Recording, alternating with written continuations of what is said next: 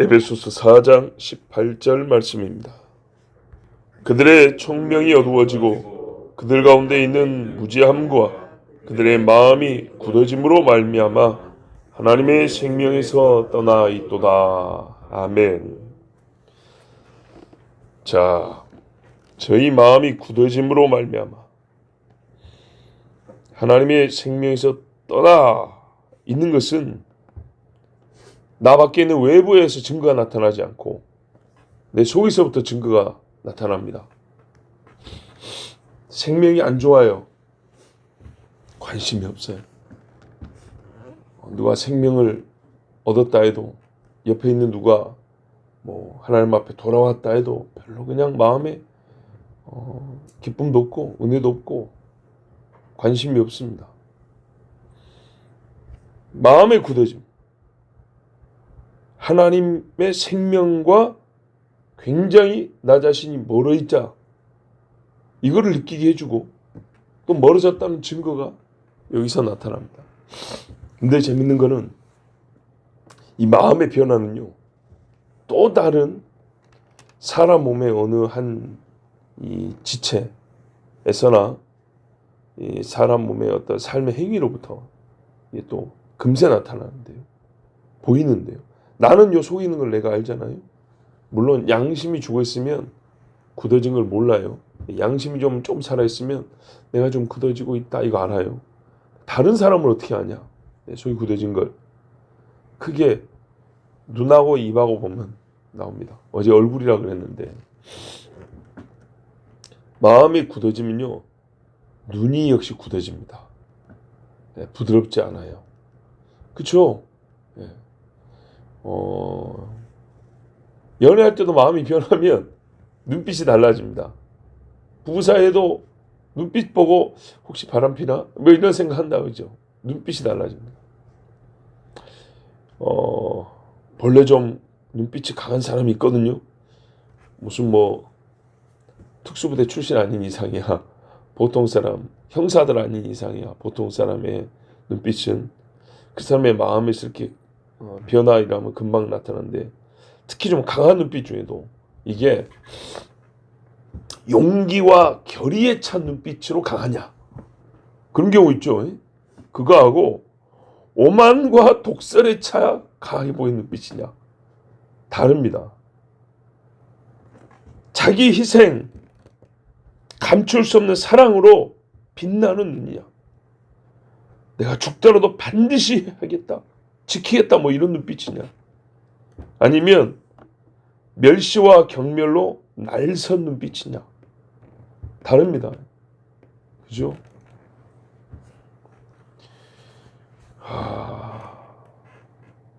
말도 달라져요.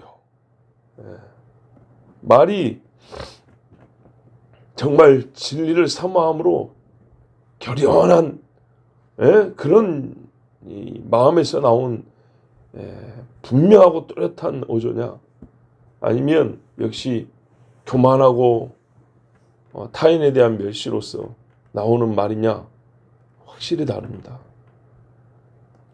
우리 번역에는요 마음이 굳어짐으로 하나님의 생명에서 멀어졌다 그랬지만 사실 옛날 번역에는 어떤 식으로 되어 있냐면 보세요. 총명이 어두워지고 하나님의 생명에서 떠나 이 두 개가 앞에 있어요. 그래서 사람이 무지하게 되고 마음이 굳어진다 이렇게 된 게 있어요. 사실 이게 이제 순환적인데 생명이 없는 마음이 굳기 마련이죠. 그렇죠? 사람이나 짐승이나 죽으면 굳어버리죠. 생명이 없으면 굳어요. 또요. 굳어진 마음이니까 이게 말씀이 생명이 안 들어가요. 그렇죠. 사실 실제에서 보면 두 가지 다 있어요.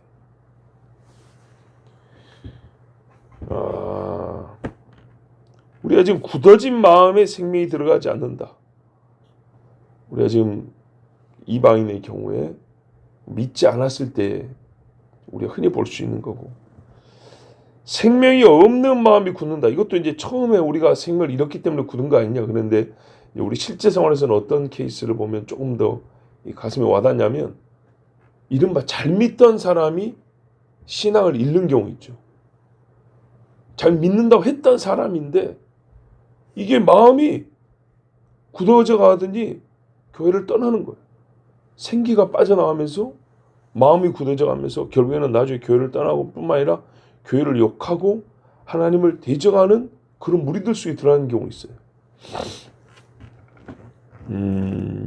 예를 들면 가룟 유다 같은 케이스죠. 예를 들면요. 뭐 처음부터 도둑놈이라 했지만 우리 일반 이제 삼자가 보는 이야기입니다. 삼자가 볼 때 12 제자에 들었어요. 그 많은 사람 중에 12명이 들었다고요. 그리고 다른 제자하고 별 차이가 없었어요. 누가 봐도 똑같이 보였어요. 예수님 말씀도 잘 들었고 예수님이 설교할 때마다 너희 중에 한 놈은 안 듣는다. 안 그랬어요. 두 명씩 보낼 때도 어떤 핑계를 대서라도 그곳에 나는 좀 빠져야지 남들은 다 이러지도 않았어요. 고생길인데 다 똑같이 했다니까요. 근데요, 주의 말씀이 이제 나중에 유다가 한 짓을 알죠. 점점 안 들어간 거예요. 십자가, 부활 전혀 안 들어간 거예요. 어디까지 안 들어가냐? 예수님이 마지막에 찍어가지고 자 먹어라 하고 이랬어요. 그리고 너희 중에 하나가 나를 판다고. 여러분 뜨끔해서라도 계획 취소해야 되잖아요. 그리고 용서를 구해야 되잖아요. 그런데요, 마음에 미동도 없었어요. 굳어져 갖고 있었어요. 그래서 나가버렸어요. 나가가지고 어떻게 했다고요? 돈 받고 예수님 진짜 넘겼어요. 아, 나중에 회개한 거 아닌가? 혹시 그 사람 막 후회하고 했다던데. 상황 끝난 다음에 회개는 그렇게 하는 게 누가 목매달아요? 그게 무슨 회개예요? 오히려 마귀가 그걸 끝장내는 그런 짓이지. 예? 인간적인 괴로움 정도였지 영혼의 심령이 통해하고 그런 거 없었어요. 생명의 말씀을 다른 사람보다 열심히 듣는 눈빛이었어요. 그래서 12 중에 하나에 들었어요. 그런데 이제 누가 봐도요, 점점 맹하고 쾌행하고 띵하고 냉랭하고 이렇게 변해갔어요. 굳어졌어요. 예수님의 말씀이 싫어지고 예수님이 하신 계획이 누구보다 잘 깨달아졌어요. 죽어버린다고? 마음에 들지 않았어요. 유다가 하는 행동 보면 다른 사람보다 이해력이 빨랐던 걸로 보여요. 오히려. 그렇지 않습니까? 그래서 유다를 편드는 사람도 있다니까요. 유다를 편드는 사람들은 유다가 이해된다는 그런 마음들이에요. 뭐가 이해되냐 했을 때 3년을 따랐는데 죽어버린다 그러면 우리는 뭐가 되냐는 거예요. 남는 게 뭐가 있냐는 거죠. 그래서 유다를 동정하는 사람이 있어요. 그런데 어쨌든 그 동정론을 주장하는 사람들은요, 최소한 뭘 말하고 있냐면 유다가 예수의 말씀 잘 이해했다는 거예요. 다른 제자들은 죽으러 왔다는 이해를 못하는데 유다는 잘 이해한 거잖아요. 그 사람들은 예수님 말씀 유다가 잘 이해했다는 걸 주장하려고 한 건 아니에요. 유다가 한 행동에서 일종의 동정을 하고 싶어서 그런 거지. 그런데 동정을 하려면 인정해야 될 게 그거라니까요. 유다가 예수님 말씀을 잘 알아먹었다고요. 머리가 좋았다고요. 셈이 빨라 사람처럼. 그러니까 남는 거 없는 장사인데 이거 3년 동안 따라다녔는데 굉장히 예수님 앞에 배신감을 느끼고 돈이라도 좀 얻어야겠다 했다는 거죠. 만약 예수님 안 죽었으면요, 내년에도 따라다니면서 도둑질하면 되고 내후년에도 따라다니면서 돈기를 맡아서 도둑질하면 될 거 아니에요. 그렇죠? 근데 이참에 했다는 건 뭐예요? 예수님이 지금 죽는다는 걸 알아들었다는 얘기잖아요. 봐보세요. 다른 제자들은 죽는다는 게 뭔지 맹해갖고 그냥 좋다고 했는데 유다는 심각해진 거죠. 생명에서. 근데 예수님 말씀이 어떻게 해요? 들리긴 들리는데 나의 죄로 말미암아 죽으라고 이게 아니고요. 계산하는데 예수님의 말씀을 알아먹은 걸 써먹은 거예요. 어떤 사람들이 교인들은 착하다는데 어떻게 하면 속여 못 가네. 교회 가가지고 뭐가 다릅니까? 예수님 말씀 마음에 안 들었어요. 알아들을수록 싫었어요. 생명에서 멀어지고 마음이 굳어졌어요. 예수님 말씀 듣는 데는 굳어진 마음이었고요. 예수님을 팔기로 마음을 굳혔어요. 동시에 일어납니다. 마음이 굳어지면. 자, 이런 사람들은요, 마음을 굳어지게 만들 이유를 또 스스로 만들어냅니다. 합당한 이유를 만듭니다. 자기 딴에 합당한. 내가 이래서 교회 안 가. 나 이래서 이제 더 안 듣기로 했어. 내가 이런 상황인데 그게 들리겠니? 등등등. 이래서 주님 말씀을 생명에서 멀어질 이유를 스스로 만들어요. 예. 즉 내가 그 말씀 안 듣는, 다르게 말하면 내 마음이 지금 이렇게 굳어질 수밖에 없는, 너도 내 입장 내봐. 마음이 움직이는가? 이런 식의 말로 계속 자기의 마음이 굳어질 이유를 만들어요. 한 번 말을 하면 누가 두 번 와서 권하면 지는 거 자존심 상하거든요. 계속 굳어질 수밖에 없는 이유를 만들어요.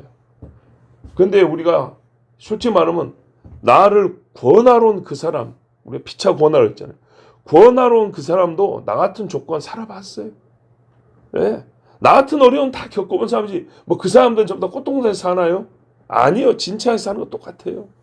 슬픈 일도 있고 괴로운 일도 있고 똑같아요. 그런데요, 그 사람의 삶을 모르겠고 나 하면서 내 마음이 굳어지고 생명에서 떠날 이유를 계속 만들어요. 누가 올까봐 준비자가 먼저 맞춰놔요. 뭐라고 하면 이유를 이렇게 말해야지. 가만 보면 마음이 굳어진 것에 대하여 내 마음 건들려고 하지 마. 나 이래서 지금 마음 상태 이러니까 제발 터치하려고 하지 마. 요것을 준비해놔요. 참 재밌습니다. 마음이 굳어질 준비를 한다니까요. 준비 작업을 해요. 벽을 쌓으려면 땅을 좀 파야 되죠. 그냥 세우면 넘어져 버리잖아요. 밑작업을 해놓는다니까요. 근데 그게 사실은 무슨 말이냐면 죄질 준비하고 똑같은 겁니다. 내가 이래서 이번에 한번 할 수밖에 없었어라는 식의 죄질 준비나 마음 굳어질 준비나, 마음 굳어지면 결국에는 생명에서 떠나는데 뭐 하겠습니까? 그래서 스스로에게 또는 이 마음이 굳어진 사람의 말이 이제 잘 들립니다. 그 사람들이 그렇게 말합니다. 야, 너 지금까지 참을 만큼 참았어. 야, 지금까지 보니까 니같이 순진한 애가 없더라. 이제 그럴 필요 없어. 이런 말이 잘 들립니다. 이제 이때부터. 그렇죠? 그리고 지금 네가 뭐 이것저것 따질 때니? 그런 거 신경 쓸 때니? 하면서요. 보다 높은 가치가 있는 것들을요. 신경 쓸 필요가 없는 무가치하고로 나중에 신경 써야 될 일로 뒤로 빼버립니다. 그러면서 우리 하는 말들이 있어요. 참 유치원 다닐 때는 그렇게 안 배웠거든요. 인간사에 필요한 거 유치원 때나 초등학교 저학년 때 배운 대로만 살아도 진짜 사람답게 살 수 있어요. 뭐라고 합니까? 너 마음 독하게 먹어야 돼. 그래요. 마음은 굳게 가지요. 이런다고요. 되게 생각해보세요. 이런 말. 뭐 남을 위해서 피 흘려 죽을 때 그런 말 하던가요? 아니죠. 조금 불법적이더라도. 에? 그죠? 네가 이익을 위해서 이번에는 너 밀리면 안 돼. 누구랑 싸울 때 마음을 독하게 가지고 그런다고요. 근데 예수쟁이들도 그런 말을 하고 잘 들어요. 자, 생각해보세요. 무슨 일을 앞두고 그런 말을 하죠? 뭔 일을 앞두고요? 마음 독하게 가죠. 북한 사람들 많이 굶어 죽는데 하루 정도는 금식하고 헌금해야 돼. 마음 독하게 굳게 가죠. 그런가요? 사실 그 정도는 굳게 안 가져도 할 수 있어요. 진짜요. 마음 독하게 쓸 일이 그런 거예요. 자, 여러분, 그럼 안 되겠죠. 육신의 생각은 하나님과 원수가 된다 그랬어요. 하나님의 법을 지키고 싶지도 않고 할 수도 없고, 육신을 위하여 하니까 마음을 독하게 가지게 되는 겁니다. 독하게. 그런데 이제 이런 경우 있잖아요. 마음을 굳게 하여 생명에서 떠난 경우가 역설적인 일. 어떤 경우냐면요. 하나님에 대해서 더 열심히를 갖겠다고 하는데 오히려 굳어지는 경우가 있어요. 예를 들면 신학교에서 볼 수 있는 일들입니다. 죄야, 저를 신대원에 보내주신다며 이러고 가거든요.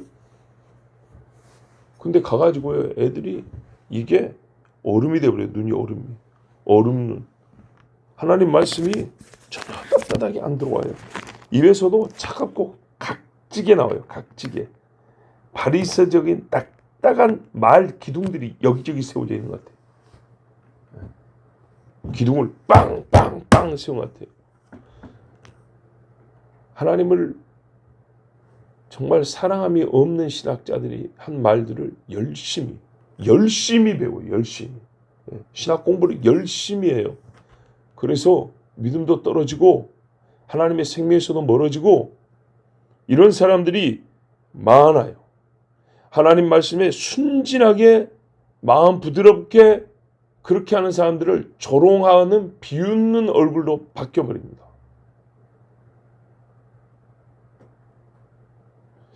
이런 말하면 꼭 합니다. 제가 옛날에 한 학기 수업 신청해갖고 한번 댕겨보시라고요. 예. 이름 있는 학교들 많이 있으니까 거기 가지고 교수님한테 밥 한 끼 사드리면서 제가 교수님 뭐 학점 따고 뭐 이런 거 아니고 그냥 한번 듣고 싶었어요. 한번 들어보세요. 수업 시간에 뭐 하고 있는 거 봐보세요.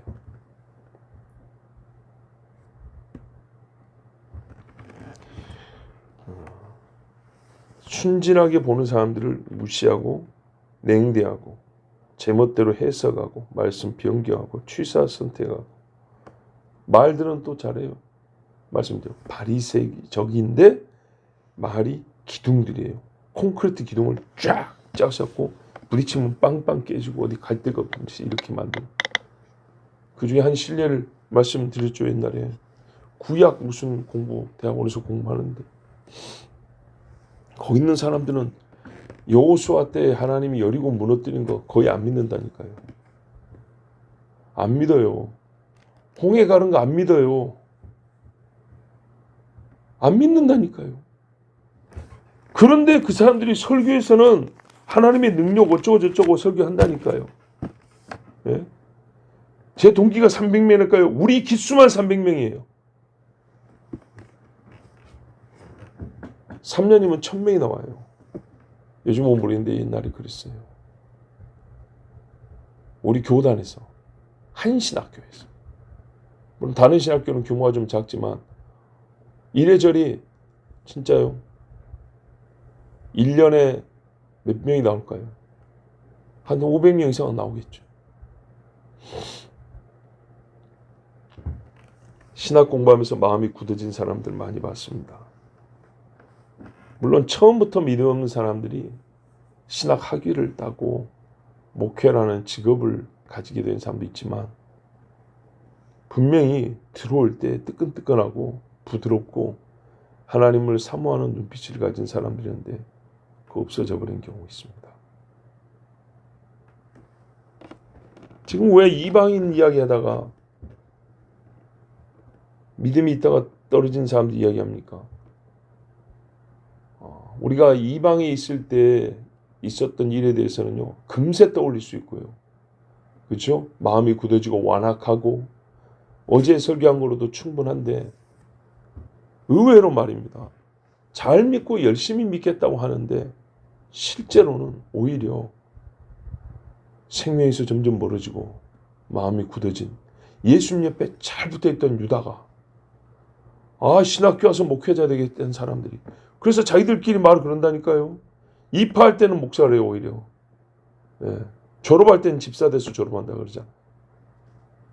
그게 신학교 안에서 자기들끼리 하는 이야기예요. 얼마나 창피한 이야기입니까? 초신자로 들어왔다 목사 돼서 나간다 그래야지. 그게 무슨 말이죠? 도대체 신학교에서 뭔 일이 있었길래요? 성경 공부한 거 아니에요? 성경을 공부한 게 아니고 신학을 공부한 거예요. 어떤 사람들이 성경을 자기들 나름대로 학문화시켜 놓은 걸 공부한 거예요. 성경을 공부한다는 거고 신학 공부는 다릅니다. 같아야 되는데 많이 다릅니다. 그런데 내가 사랑하는 사람 중에 그런 사람이 있다고 생각해보세요. 정말 목숨이라도 내놓고 믿음을 지키겠다고 하는 사람이 있었는데 그가 떨어져 나갔다고 생각해보세요. 얼마나 가슴이 아픈가. 안 믿는 식구를 두고도 가슴이 아프지만요. 잘 믿고 우리 죽을 때까지 신앙생활 잘하고 네가 먼저 죽으면 내가 장례식 가서 기도하고 내가 먼저 죽으면 네가 내 장례식 가서 기도하고 그러자 했는데 중간에 무슨 기도가 됐어요. 기도가. 옛날에 저기 연세 무슨 교회 윤모 진 목사님이 청년 때 일을 했잖아요. 아는 형이랑 둘이 군대를 같이 입대를 했는데 60년대 야 누구야 우리는 술 마시지 말자. 군대에서 막 그러니까요. 잘 지켜보자. 예, 형 그럽시다. 그리고 둘이 열심히 훈련받고 막 근데 나중에 부대가 나눠있어요. 근데 중간에 어떤 계기로 만났다는 거예요. 아, 야 반갑습니다. 신앙생활을 어렵게 자기처럼 잘 지키고 있을 거 생각하니 눈물 나잖아요. 응? 교회라도 잘 가고 있을 거 어떻게 견디고 있나. 아 그래 알잖아요. 그 이름 알죠? 누구야? 딱 부르지. 야 날 더운데 막걸리나 한잔 하자. 몇 달 만에. 그래요. 요즘보다 옛날에는요 술 한 잔이 갖고 있는 의미가 컸어요. 더 순수했던 시절이니까. 저도 우리 고등학교 올라갔을 때 친구들이 중학교 때까지 신앙생활 잘하는 데 많이 있었어요. 선배들이 명절 엊그저께 추석 같은데 옛날에 애들이 바글바글했거든요. 한적한 데로 후배들 불러요. 고등학생들인데 맥주 한 박스 딱 사고 들고 오라 그래요. 앉혀놓고 의무적으로 마시게 하는 거예요. 제가 친구들한테 했어요. 야 우리 마시지 말자. 맞더라도 마시지 말자. 진짜 두드러 맞을 각오하고 전부 다 딱 약속을 했어요. 이겨냈어요. 몇 년 지나니까 어떻게 돼요? 처음부터 마실 때는 괜찮아요. 전부 다 그냥 다 술꾼 되었고 있어요. 마음이 아프죠. 마음이 아파요. 저 역시도 한때 술 잠깐 마신 적이 있다 했죠. 예, 참 후회되는 시절 중에 한때입니다. 그런데 고등학교 때 정말 대단한 우리 진짜 고등학생 수준에서는 찬양 선교한다고 대단했어요. 1년 후배 중에 키보드 반주하는 자매가 있었어요. 근데 그 자매를 몇 년 만에 저하고 제 친구하고 그 친구도 지금 목사인데 둘이 오랜만에 만났어요. 근데 절대 해서는 안 될 짓을 했어요. 그 후배 자매한테 술 사달라 그런 거예요. 그래서 그 자매가 실망을 했다 그랬어요. 그죠? 말이 되는 소리냔 말이죠. 제가 그 후배한테 굉장히 큰 실망을 줬어요. 이게 다른 사람을 실족하게 하는 죄에 속하는 겁니다. 그 딸의 믿음을 잃었다는 게 아니고 이런 빌미를 제공한 꼴이 됐잖아요. 야, 너무너무 미안하고 잘못했죠. 근데 그때가 이제 마지막이었어요. 그리고 나중에 이제 목회하면서 그 자매가 제가 부교육자로 있던 교회에 와가지고 자기 남자친구인지 남편인지 하여튼 데리고 와가지고 찬양 연주회도 하고 그랬어요. 후에. 근데 그때 당시에 진짜 큰 실망거리. 제가 왜 이야기하냐. 믿음을 잘 지키던 사람이 믿음이 떨어지면 얼마나 마음이 상하냐 이 말이죠.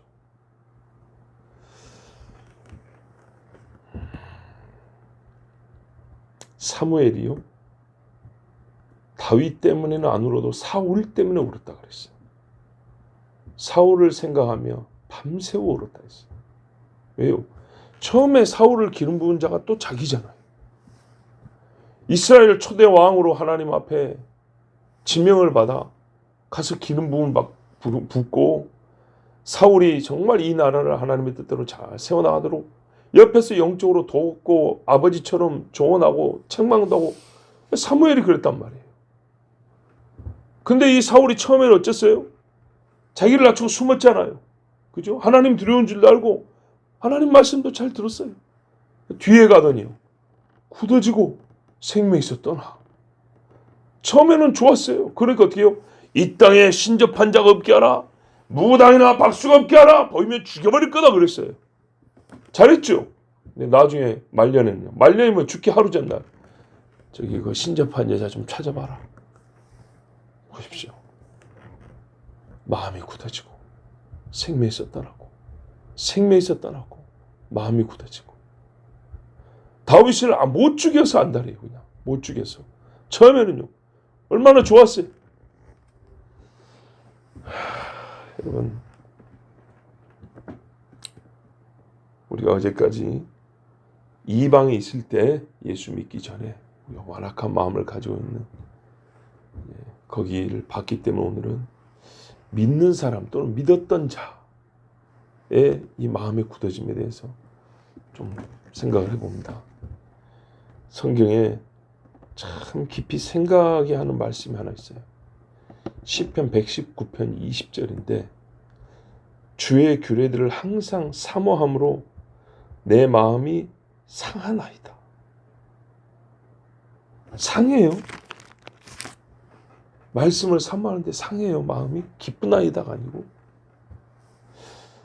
또 다른 번역이 어떻게 하면 저희 혼이 우리가 한국식으로 좀 은혜롭게 하면 나의 심령이 언제나 당신의 주의 공의로운 법규들을 사모하나니 그 사모함으로 인하여 나의 혼이 내 마음이 상하니이다. 본뜻은 똑같아요. 이게 왜 그럽니까?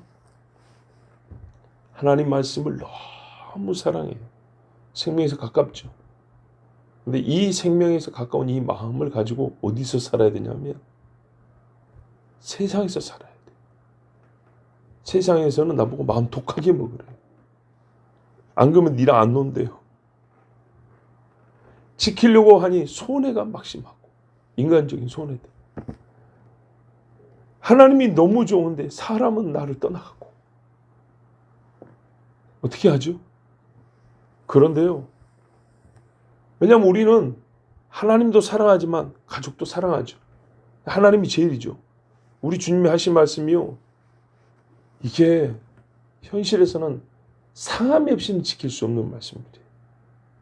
이게 뭐냐면 예수 잘 믿는 것을 우리는 강하게만 생각하고요. 칼로 찔러도 흠집 하나 안 날 정도로 나의 믿음! 이런 게 믿음이 아니에요. 진짜 믿음은요. 남이 와서 내 팔을 꺾어요. 근데 안 죽어요. 진짜 믿음은 보면 사람과 함께 있잖아요. 찔리고 긁히고 막 그래요. 그런데 주님 말씀 사모해서 그걸 지키는 것을 버릴 수가 없어요. 오히려 미움당하고 오해받고 무시당하고 그런데요. 차라리 하나님 말씀이 없었으면 내가 당하지 않을 고통이고 입지 않을 상처들이에요. 근데 하나님 말씀이 나를 상처 입게 만들어요. 나를 괴롭게 만들어요. 나란 인간을 세상에서 정말 뭡니까? 아주 몹쓸 사람처럼 만들기도 해요.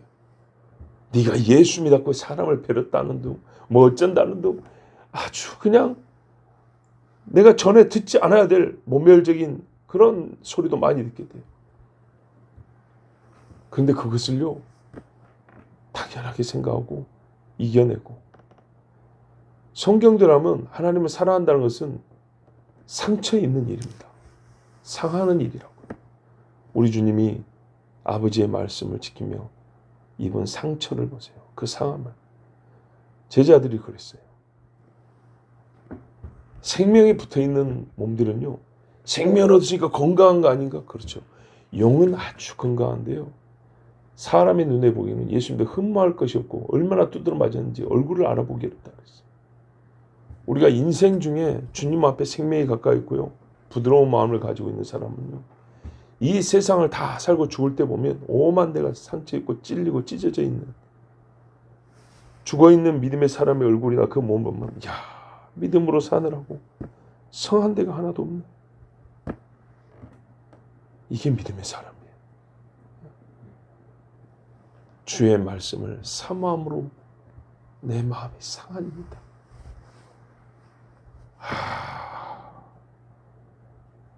얼마나 아름답습니까? 말씀이 나를 상하게 하는데 나는 그 말씀을 버릴 수가 없어요. 그 생명의 말씀이 너무 좋아요. 사랑이에요. 사랑해. 우리가 사랑하면 상함을 동시에 입는 거 아닙니까? 손해도 보는 거 아닙니까? 그리고 그거를 기뻐하는 게 사랑 아닙니까? 마음이 완악한 자는요, 절대로 상처를 입지 않습니다. 예수 때문에 상처 입지 않습니다. 교회 때문에 상하지 않습니다. 하나님 말씀대로 때문에 이만큼도 스크래치 입지 않으려 합니다. 그런데 생명에 있는 자, 주님 안에 있는 자는요, 상하지만 주님 그 사랑함을 버릴 수가 없고 하나님 말씀 삼아요. 그 생명에서 떠날 수가 없습니다. 바울이 보여줍니다. 내 등을 봐라. 갈기갈기 찢어져가지고 한 데가 하나 없습니다.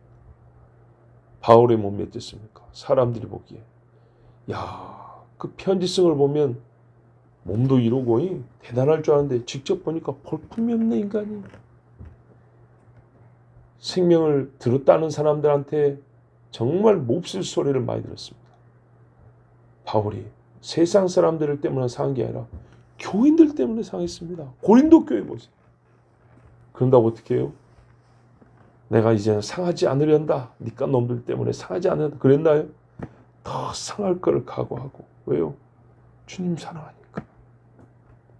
주님 사랑하는 이 마음이 막 물결처럼 굳어버린 얼음이 아니고요. 보글보글 끓는 물과 같으니까. 여러분, 내가 주의 규례들을 항상 사모함으로 내 마음이 상하니이다. 여기까지 살같은 마음, 부드러운 마음, 주님을 향하여 진실한 살아있는 생명 있는 마음 가지길 바랍니다. 절대로 굳어지면 안 됩니다. 기도하겠습니다. 아버지 하나님 감사합니다. 오늘 주께서 우리를 사랑하시고 우리로 하여금 또한 주님 사랑하는 마음을 갖게 하심을 감사합니다. 정말 주님을 사모하는 마음이 어느 정도인가? 세상에서는 반대를 가르칩니다. 독하게 먹으라 합니다. 아닙니다. 생명을 얻은 마음은 독할 수가 없습니다. 주여, 무덤을 찾아가서 울고 또 울었던 막달라 마리아와 같은 마음이 정말 주의 생명을 얻은 마음들입니다. 우리에게 그와 같은 마음을 주시옵고 또 끝까지 지켜주시옵소서. 예수 그리스도의 이름으로 기도하옵나이다. 아멘.